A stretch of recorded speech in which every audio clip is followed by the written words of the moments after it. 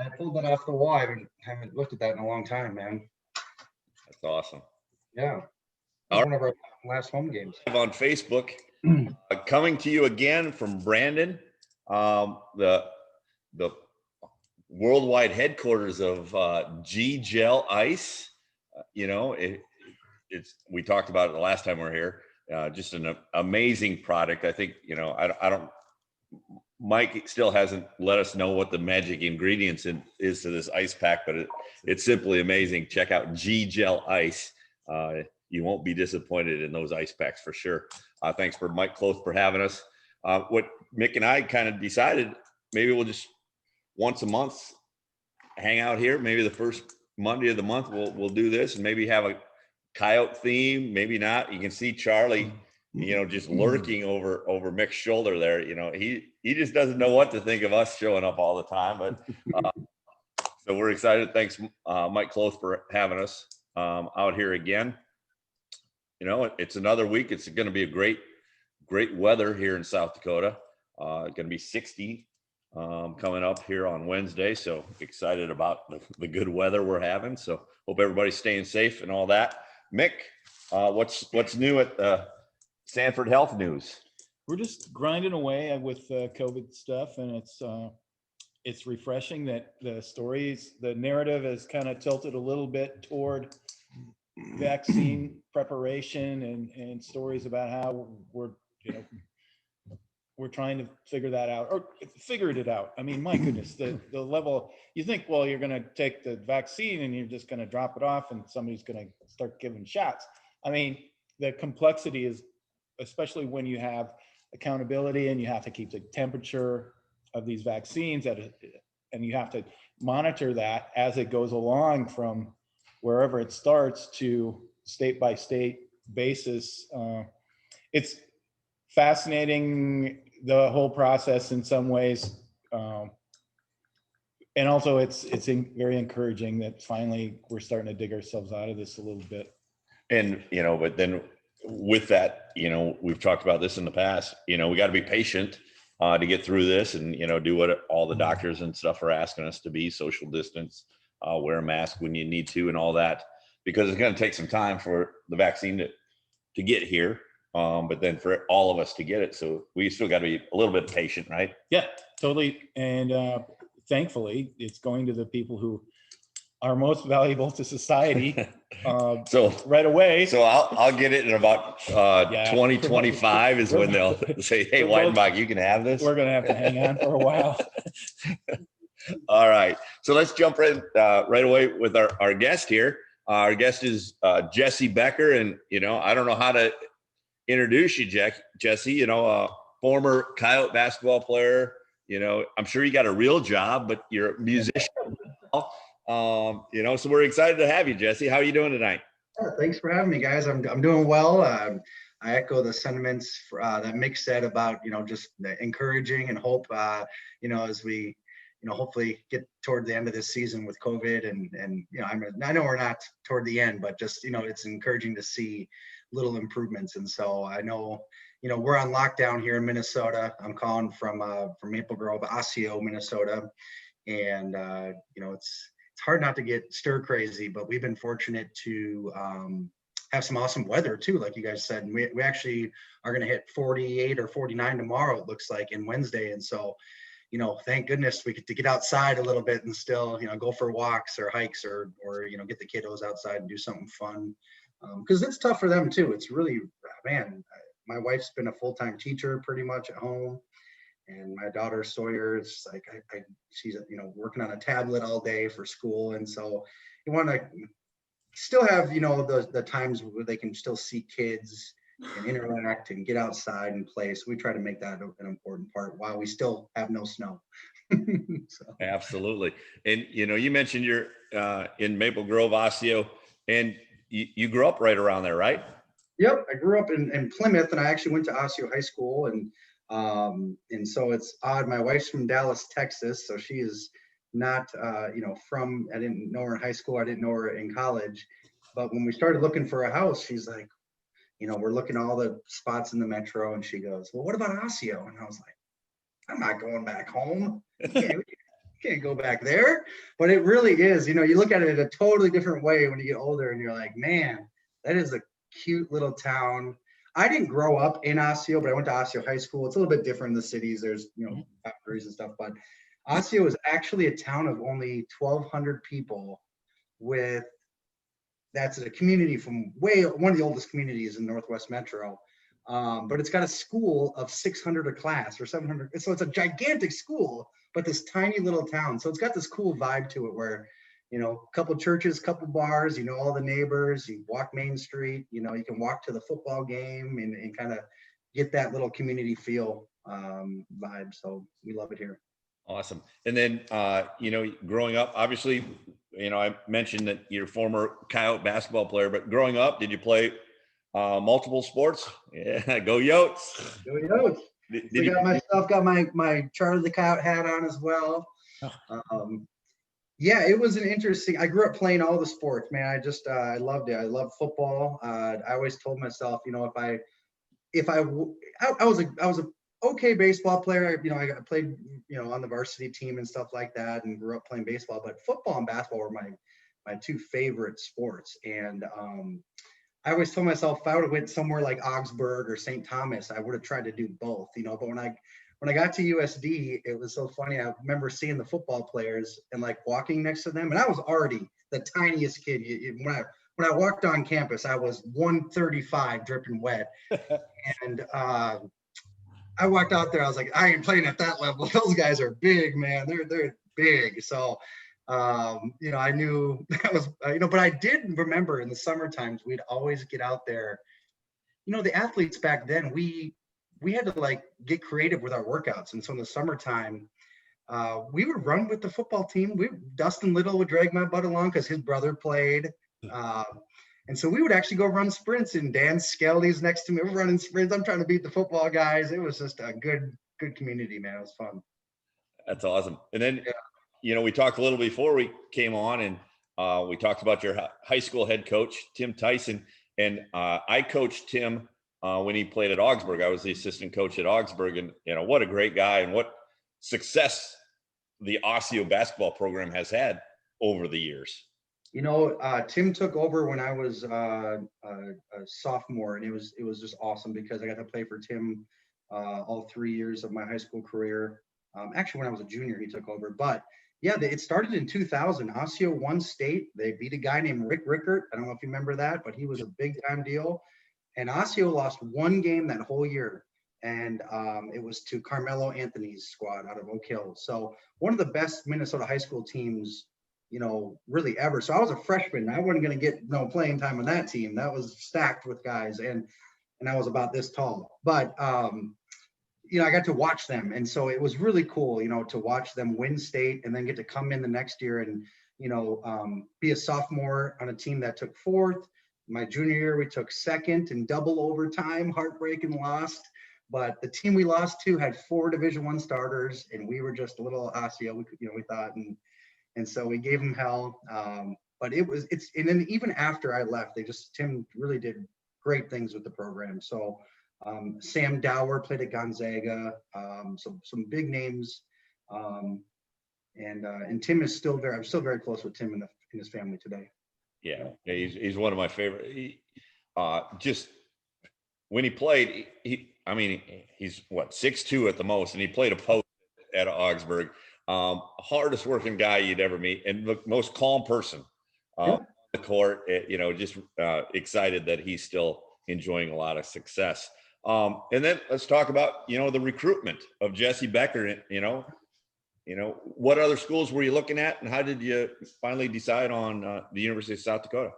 Yeah, that's probably the most interesting story, man. It's so funny. Like, I remember, I would play AU and all this stuff. The most success I had in high school was playing high school basketball.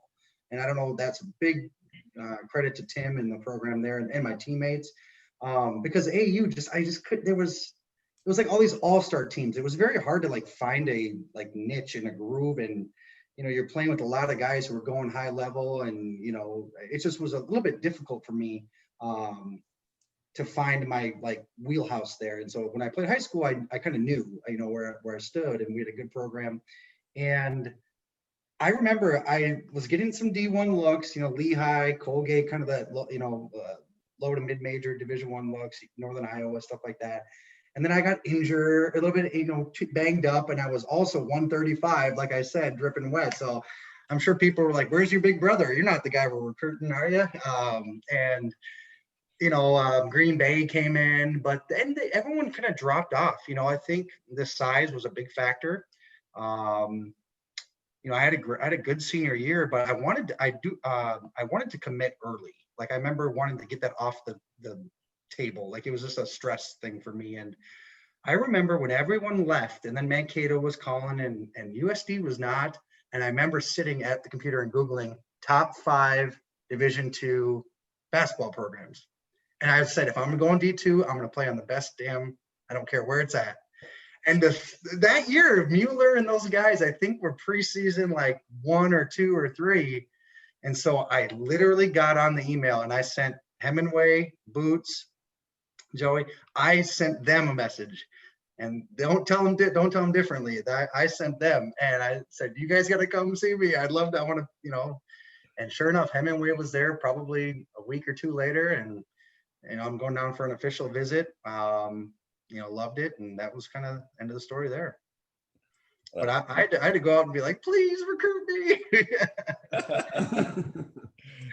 But I mean, once you got there, once you saw what was going on, what were some of the reasons, some of the things that swayed you?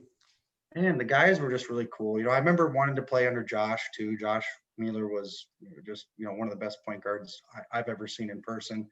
One of the hardest scrappers and fighters. And I wanted to be like that too. So, the guys, Tyler Westman recruited me. I don't know if you remember that name, but, Joey James, Chris Casson, Booters, Hemingway was one who led the recruiting charge for me. And really liked him that he was an ex-point guard that had success.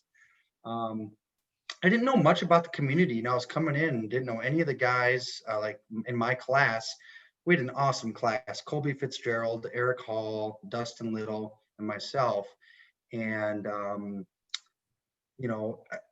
I really thought, okay, there's no hockey here. This is good.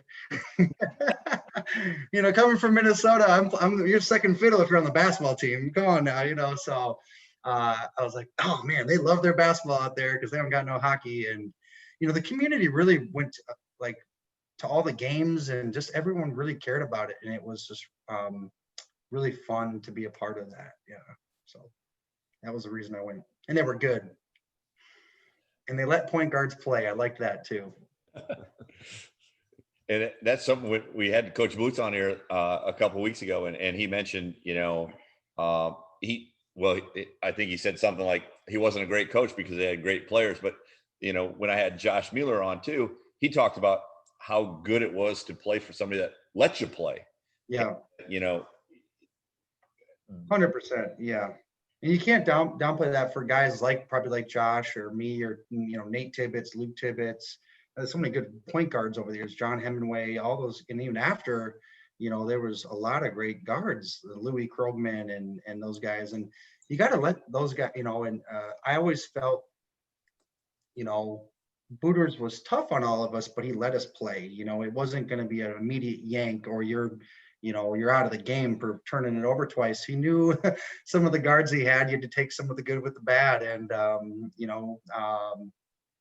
so that was really fun to play for someone who believed in you and didn't yank you at the first mistake, and let you work through some of those things throughout the game. So, and not be afraid, right? You playing afraid is the worst. I've seen some of the best players to this day I've ever seen play. And then they get in the game and they're really tight and they're really passive. And, it's just, you have to remember 2 things. You play hard and have fun. And it sounds cliche, but it's really, don't be looking over at the bench, play and have fun, That's a part of coaching, I think, especially basketball, where on defense, I suppose you can yell and make sure everybody's in the right spot all the time, but offensive a lot for us. You gonna play any defense today?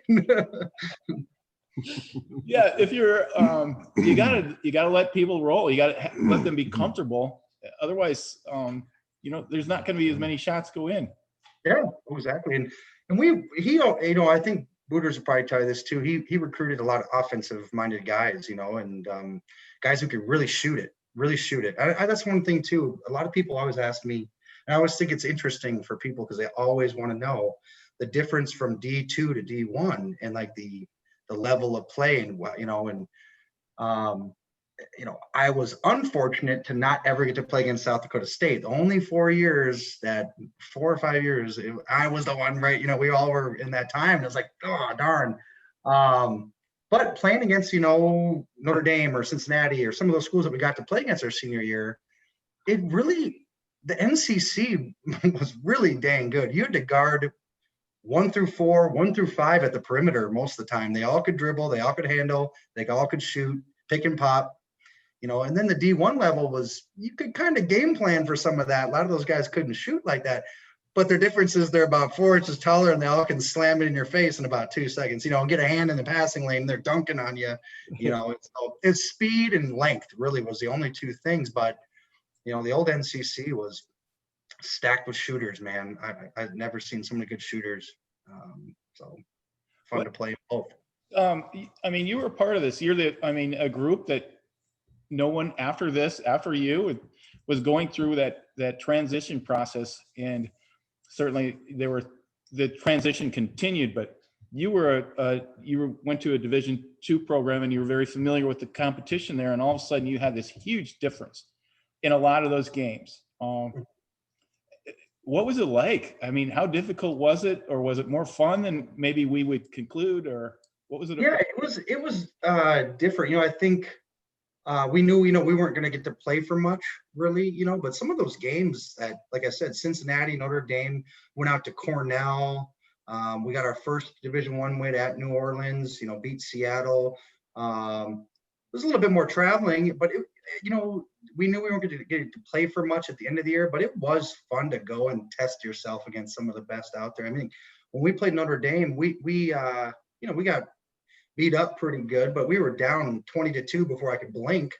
And then, the rest of the game was, once we kind of settled in, I think we kind of, stayed right around that 20-point deficit, but it wasn't like, we couldn't play with them. We could score, and Tyler was getting shots, Steve was getting shots. And,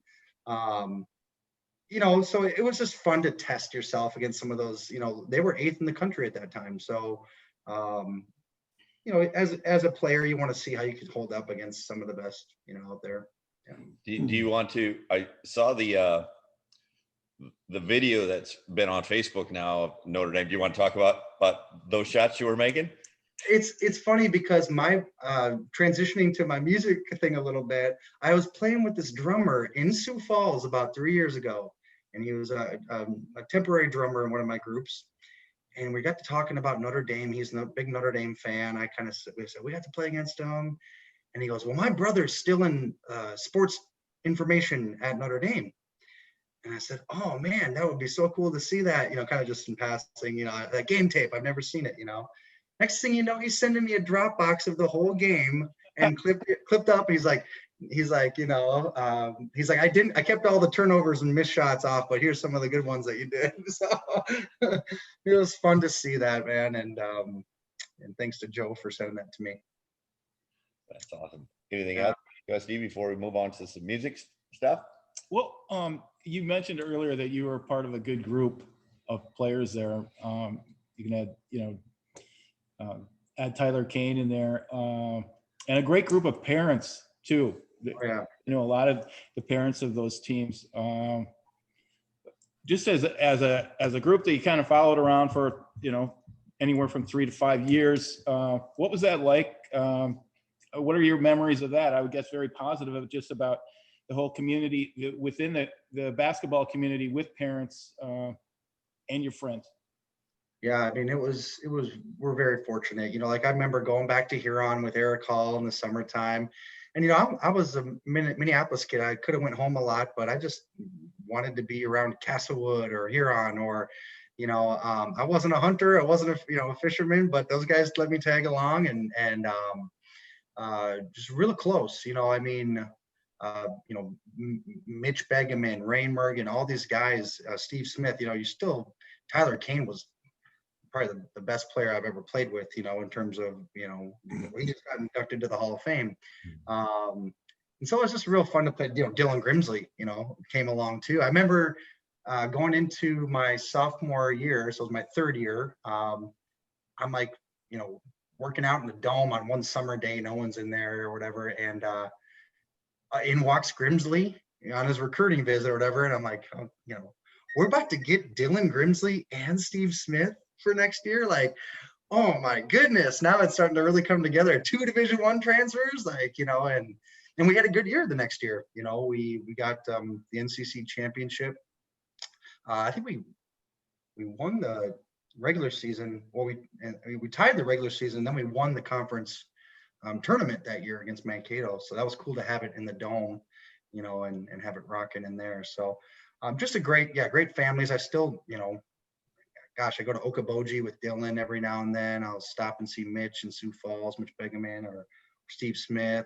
Tyler, of course, is, you know, overseas still making a career out of this basketball thing. And we actually, at the beginning of COVID, had a little Zoom call for all of us. So we just all hopped on and he was able to join. It was like, you know, 4 a.m. for him wherever he was at. And so we felt bad for him, but he joined. So you mentioned the Dakota Dome. For people that, you know, that have played basketball before and played in arenas, what was it like to play in the Dakota Dome? It was like exciting and you know, especially as like a, you know, freshman coming in, it was kind of cool. So you're, you know, kind of playing in this arena setting. I always remember my friends from like Duluth who played against us and St. Cloud, you know, as a Minnesota guy, I had some friends on those teams, and heck, we can't shoot in that damn place, you know, and it is a little bit of a challenge, you know, and so it had a cool little home court advantage. And when I think of the dome, you know, I think of all the people that worked there too, you know, like Mad Dog, Gary Madsen, and all these people that were always there, you know, and we were always there too, you know, over Christmas break. And, you know, I remember Mad Dog riding us out on his motorcycle onto the court, man. It was a cool deal, man. It was a really cool deal. So. Absolutely. Now, you mentioned music, and music's been a big part of your life lately. Yep. Where did the love of music, how did that start in your life? I grew up doing it. You know, I grew up singing and choir and all that stuff. And my dad is a musician. All his brothers and sisters are musicians. And, you know, I just started to take it more seriously. We always joke around, my dad and I, because I think he stretches this story, but he says, you know, I was going through a rough patch, probably my freshman, you know, I was redshirted playing under Mueller every day, getting beat up. So, you know, I remember calling my mom like the second practice saying, I don't think I can make it. Because, you know, they brought in David Knorr, who was a great player, about 205. Yeah, he was you know, he's 22 years old or 21 at that time. You know, and so they bring in this, and, you know, as a freshman, you always think, I'm going to get a spot on the team this year, you know, or I'm going to get playing time. Yeah, so you have to have that mentality. You know, and then I met Dave Knorr, and they were like, you're going to redshirt. And I was like, all right, smart move. But, you know, I remember like him guarding me, and it was like, oh my God, Mom, I'm not going to make it. You know, if this is how these guards are, it's going to be a problem. And then you find your way, and you know, but so I started, you know, playing music. I don't know how I got on that topic, but it was pretty funny. Oh, I would call my dad and you know, vent to him about practice or whatever. And he said, well, you should pick up the guitar. You know, you should start playing. Now's a good time. You know, it can, you know, can kind of relax yourself and do something different that's not always basketball, and you might get some chicks, you know. So that was a cool little side product of it. So no, I just started. He sent me down his hand-me-down guitar, and I started picking, picking up a couple songs, and you know, I think my roommates wanted to kill me, but you know, they were like, "Shut up." So you mentioned your dad and his brothers, and what type of music did you listen to growing up? Yeah, I mean, you know, my dad's a country musician, so I grew up listening to, you know, the Eagles, Steve Miller Band, Garth, you know, all the country stuff he would, but then the rock stuff, Tom Petty, you know, Bad Company, some of these records I had growing up that were weird for like, a guy my age to be listening to, but my dad had them around, and I liked them a lot. And then, as I got older into high school, you go through your little punk rock phase, and then you go through your little hip hop phase. And, especially if you're playing hoops, you're listening to hip hop because that's, kind of the thing. And so I've really liked it all, and then I came back, and Mick knows this probably really well too, but I really started playing for people like after basketball games. And Boots would probably scowl at this and be like, what were you doing? But we were just wanting to go play music, and all the parents were already there, the Canes, the Halls,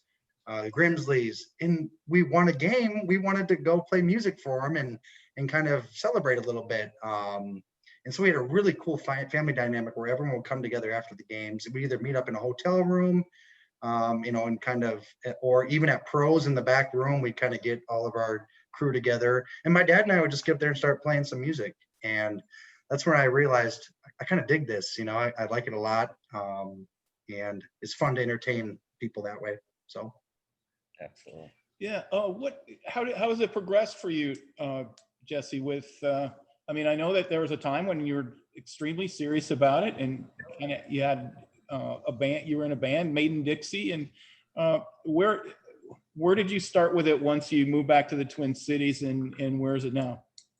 Yeah, I moved home, found a couple people right away, and we had some pretty bad bands for a while. You go through that, learning phase.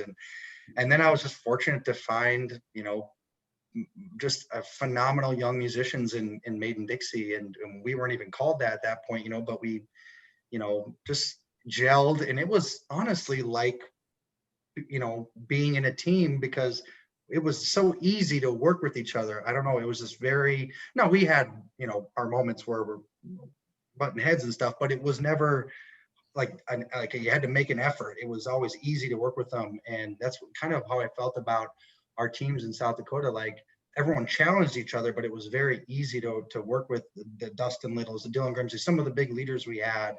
No one really had a huge ego. And with the Maiden Dixie thing, we did that for 5 years, and 5-6 years pretty seriously. And we toured around in a van. And when you're in a van, a crappy, stinky van for 12 hours to Nashville and back, you better be pretty close, and we would come home, we would literally be on the road for 16 hours or whatever. And we would pull into St. Paul in the middle of the winter, and we had to get out and start our cars, and and it was 3 a.m. and your wife's probably not happy that you're not home, and we would be cracking jokes still at that time. So it was a very easy, fun relationship, and it made for good stage authenticity. And when we smiled at each other or we reacted to each other, it was very genuine, because we didn't have to fake it. It was easy. And a lot of bands, they have trouble with that. After years of doing it together, it can be kind of hard to have that genuine love or like appreciation and happiness to be playing, every single night. It can get hard. So. And now you've moved on from that band, and where's the music career, or at now, aspirations, or where are you at with all that? Yeah, so they decided about 2 or 3 years ago now they were going to move to Nashville, and we were very serious about it too. My wife and I had talked, and my daughter Sawyer was 2 at the time, and my wife actually said, yes, let's try it, after I sold her in for like 2 to 3 days. We were going to sell our house. And that was the scariest. They always tell me it was the scariest part, when my wife actually said yes. I was hoping she would say no and keep it, like, Mom, sorry guys, my wife said no. And so then it was on me.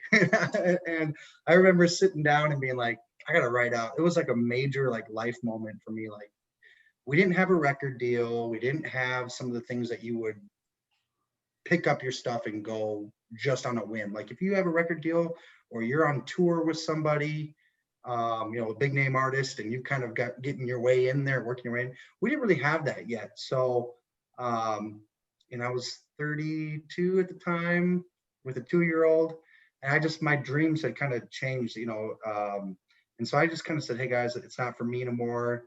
They were bummed. but they're still doing their thing. And I think, you know, looking back, my wife and I have our second child on the way, and I'm, you know, I miss them like hell, but I don't regret, you know, it was the right move for us. And, you know, dreams and things change. I don't know if I could live out of a van much longer and be a good dad. And so that's really what, you know, and there's people who do, I'm sure, but you know, it's hard for some people to do it. So, so I still play around, but it's just a little bit less of, you know, it's still a deal. Like I love trying to be great at it. And, but now it's more of, you know, not at the sacrifice of anything else, of family stuff, you know, that comes, you know, first. So, and it's kind of cool when you let go of like that pressure or whatever, then you get to actually like have fun. And I was having fun with it too, but there was always that kind of like, we got to keep going, we got to keep going, we got to keep going, we got to do this and be there and that. Radio interviews, got to try to do it all, you know. And now it's just like, I'll play when I want to, you know, and if I feel the mood strikes, you know, some bar will have me and I'll go play. So it's okay. So I was going to ask you about this whole summer from hell that we just got through. And as somebody who loves going to see live music and making that kind of a regular part of summer, and, you know, always, you know, normally I would be looking, if you or your dad was going to play someplace, and I think, well, I got to figure that out. My brother lives right up there. I got to shoot up there and some night and go see you guys play. And I wasn't able to do that this summer. And as a musician, that had to be tough too. That even though you approach it a little bit more casually now, yeah, not getting those opportunities.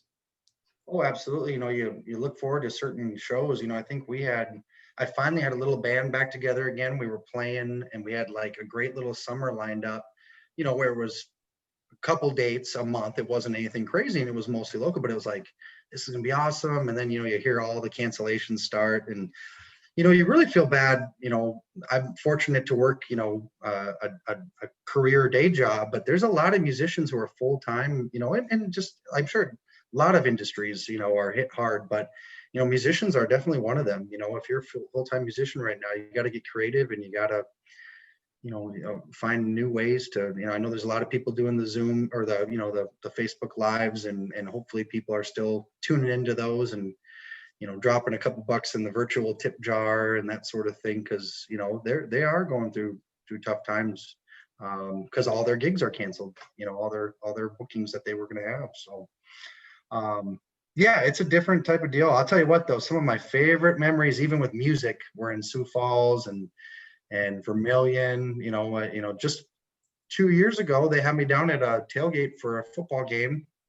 So we were playing outside, it was freezing. My band was like, you know, can we get some heaters up here? And, you know, those guys are like, what did you bring us to, dude? And I'm like, and so it was just really cool because after the game, you know, they treated us so good. Like, just, you know, the connections that I had, and people brought my wife and I into the new, you know, beautiful facility, and we're up in the VIP talking to Herbster and talking to Thune, you know, like big wigs. Like, we thought we were super cool, you know. So it was fun. Some of my best memories of music are also in South Dakota. So let me ask you this: did your dad mention, you know, pick up the guitar? Maybe it will help you with the chicks. Is that how you met your wife? Kind of. I mean, I don't know. I sang her a song probably the first 10 minutes I met her. She was like, all right, dude, you know, probably something like that. So, oh, look, there's a guitar. My wife's from Texas. So, you know, the whole running joke is, you know, I was in a nightclub in Minneapolis and I was the only one with cowboy boots on. So she, you know, by default, I was the only one she'd talk to, you know. That's good. You know, and with the music that you're playing now, is it what new country, old country? You know, what do you like to play now?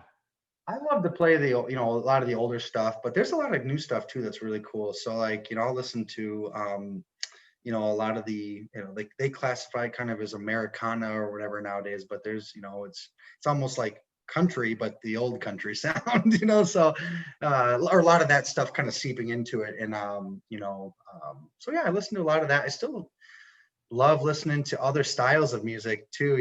As I get older, like we've been jamming to Christmas tunes. We've been jamming to it's weird to say, but I like listening to jazz now when I need to cool down. Just there's a lot of different types of music being played, and I kind of like it because my daughter, I think she's the only 6-year-old out there that knows Willie Nelson and Eddie Rabbit, Driving My Life Away. So it's so funny when you see a 6-year-old at a gig get up there and sing those songs. People are like, and they want me off the stage after that. They want her singing. They're like, yeah, that's you keep playing, let her sing, buddy.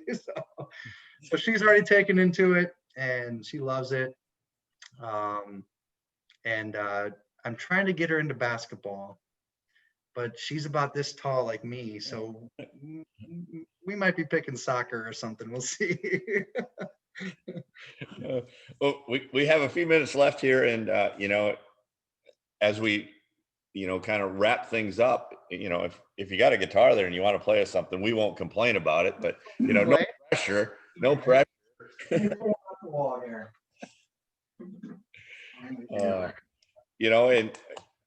you mentioned a couple of things that struck me. Well, first of all, let's talk while you're thinking of what you're going to sing or play. Let's talk about the gray shirt fitness that you got going on. Yeah. I'm fortunate to be in this little Facebook group. I think I'm like normally I'm the oldest person in any group I'm ever in. Except when I'm hanging around. That's why I didn't bring Mick along. I'll get you an invite after this, Mick. Yeah, so I just I enjoy like challenging myself new. It's kind of not as I get older, it's kind of hard to find, and with COVID happening, find new interesting ways to like stay active and fit, and like you can't just right now, at least in Minnesota, you can't go to the gym, and you have to find new ways. And so I've gotten into mountain biking. I've gotten into, I'm a terrible runner, but I've tried to do some of that. I just hate it. But like just, so I thought during this time, there's probably a lot of guys so I started this fitness. Well, it's not really a fitness group. I'm not a trainer. I'm not I don't know anything about it, but I do a lot of it, and I like it. I follow a lot of people. And so the one thing for me, I thought, let's start a little community and just try to inspire and motivate each other to get out there and do things. And I think one of the things a lot of guys don't work out for is because they just don't know what to do. It's like it's almost like too much to be like, I don't have a plan. So what do I just some push-ups and some air squats and call it good? Like, what do I do? For me, it's easier to get to follow something when I get there and know what I'm going to do so I can hammer it out versus, half acid, the whole workout. So I thought, well, let's just share some of the workouts I've been doing. Let's get a community of friends there. They can share their tips and their wellness and what works for them, and maybe just spread some positivity that way. So gray shirt fitness. Yeah. As you mentioned a couple times, being smaller, but I mean, when people look at you, you're put together pretty good now. Yeah. It took a long time. I mean, honestly, that red shirt year, I always joke, it took vitamin D milk, a bunch of protein shakes, and a couple beers, to really put on some weight. I probably came back that second year, 155, put on 20 pounds, and also credit to, the USD training, weight and training people that we had, Coach Frazier and a few other people, because Joey James wasn't ever in there. I'm gonna take a shot at him. He wasn't in there lifting weights. He was doing only calf raises, that's about it. And we always made fun of him for that. He had the strongest calves in the world, but his arms were noodles. And so nowadays, man, the facilities they have now is just crazy. We were working out with kids in the general population back then. It was one weight room. It was, your friend from math class and you were right next to each other.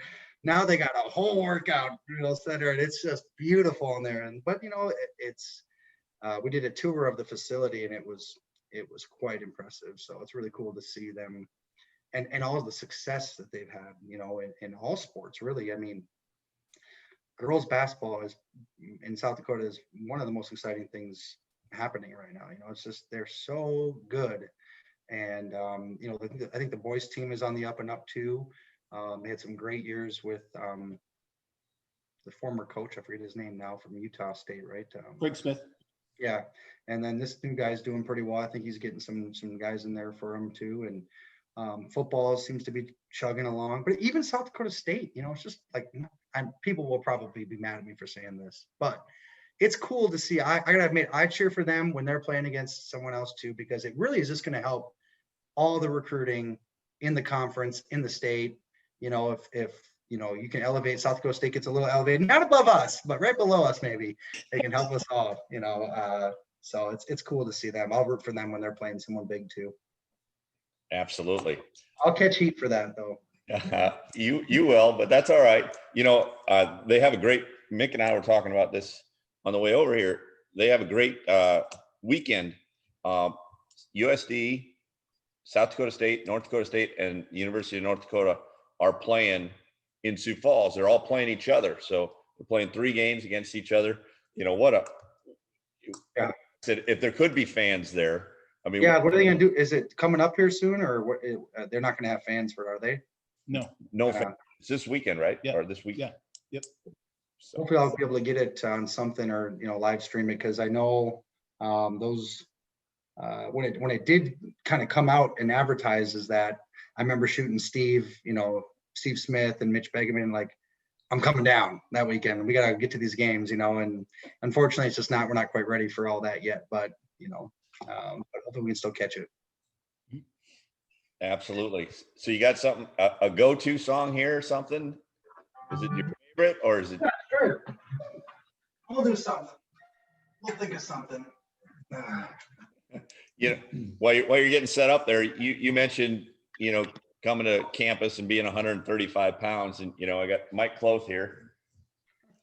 The last time Mike Cloth was 135 pounds, he was 3 years old. No, so that's funny, guys. Well, I'll play a song. This will be kind of fitting just because I'll just play half of it or something, but Hal Ketchum just passed away, and he was a country guy that I really like. And my dad showed me this song a long time ago, and I play it pretty much on every show because I love it. There's an Elvis movie on the marquee sign. We've all seen at least 3 times. Everybody's broke, everybody's got a buck. $100 worth of gas in his pickup truck. They're going in the middle now down a dead end road. What you heard, son? Where you gonna go? They're gonna holler at the moon, shoot out the light. It's a small town Saturday night. It's a small town Saturday night.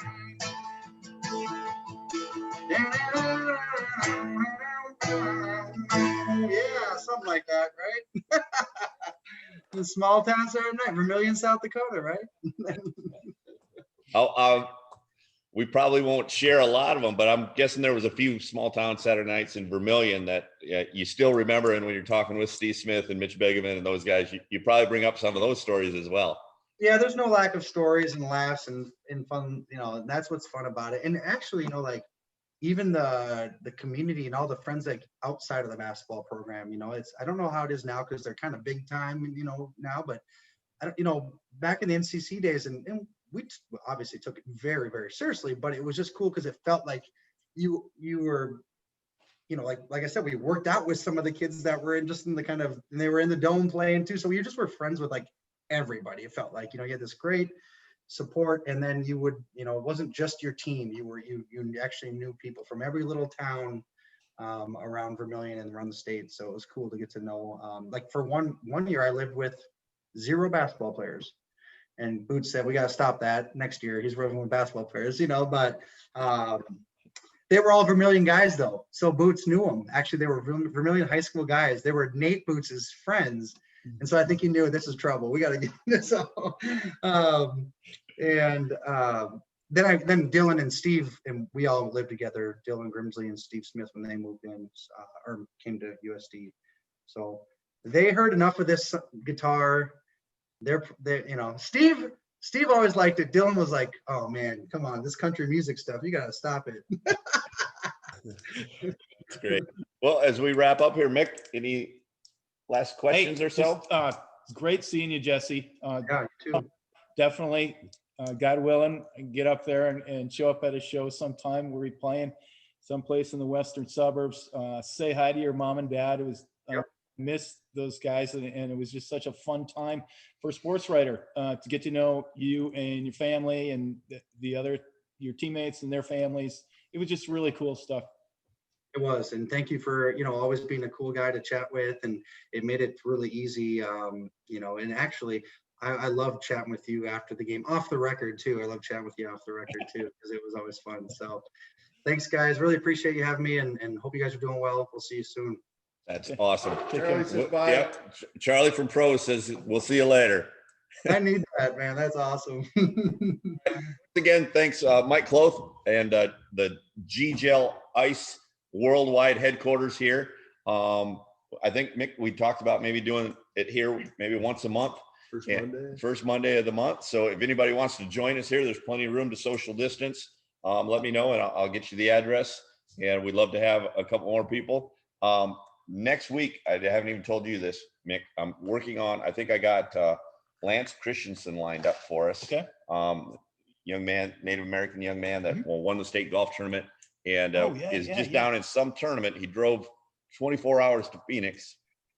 And I just saw it on Facebook that he won the long drive. After driving 24 hours, he got out of his car and hit a golf ball 357 yards. So it'd be fun to talk to him totally. Next week. So no, I'm looking Jesse, thanks for everything. Good luck with the quarantine and stay safe up there in Minnesota. I know you guys are getting through it, but we're thinking about you and praying for you. We really appreciate your time. Best of luck with everything. Thanks, guys. Take care. Stay safe.